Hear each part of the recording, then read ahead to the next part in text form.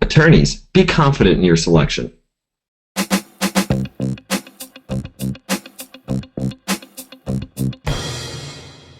Training for Trial with Robert Graff of GraffStandard.com. Rob, we're doing a 4-part series on how to overcome that dislike of the voir dire process, and today we're talking about be confident in your selection. So what's this episode going to be about?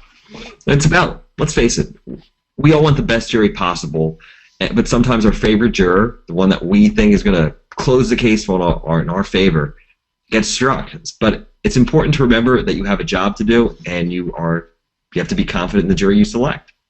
Okay. And as usual, let's do a quick rundown so people have kind of the high-level overview of what we're going to hit, and then we'll dig right in. Well, it's about keeping in the back of your mind that you don't choose your jury pool that ends up on the panel in the first place. Okay. You have to look at each juror as the best juror that's available at that time, and you have the ability to rehabilitate the jury during the trial. All right. This sounds like good, important stuff for attorneys to know that'll help them become much more comfortable with the voir dire process. So know that you don't choose the pool. What do you mean?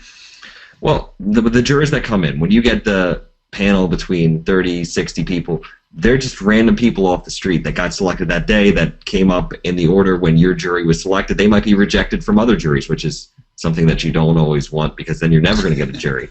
But you don't choose those people. There's nothing you can do about them. So just because the best one that you wanted got struck, there could be someone else out there, but it's not your fault. It's not your problem. You just have to deal with what you're given at that time. You have to deal with the hands you were dealt. Right. So don't try to control the uncontrollable, right? I mean, those are just the variables that you're presented with today, and you got to make the best of what you got. And this is just your raw material at this point, right? Exactly. Yeah. Okay. Anything else about that one before we move on? No, it's just simple, keeping that in the back of your mind the entire time.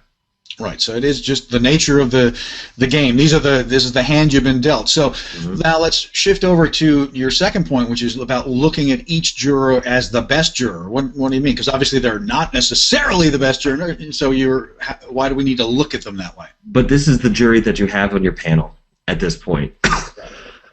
Excuse me. So you have to see them as all the positives. You have to see all the positives they bring, because if there was all negatives about them, you would have struck them already.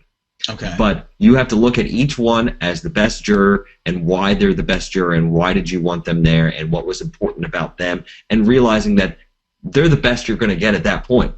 Maybe they're not the best in the world, but they're the best you're going to get at that point. You'll have an easier time talking to them. You'll have an easier time feeling that you are selling your side to them and making them want to side with you if you see them as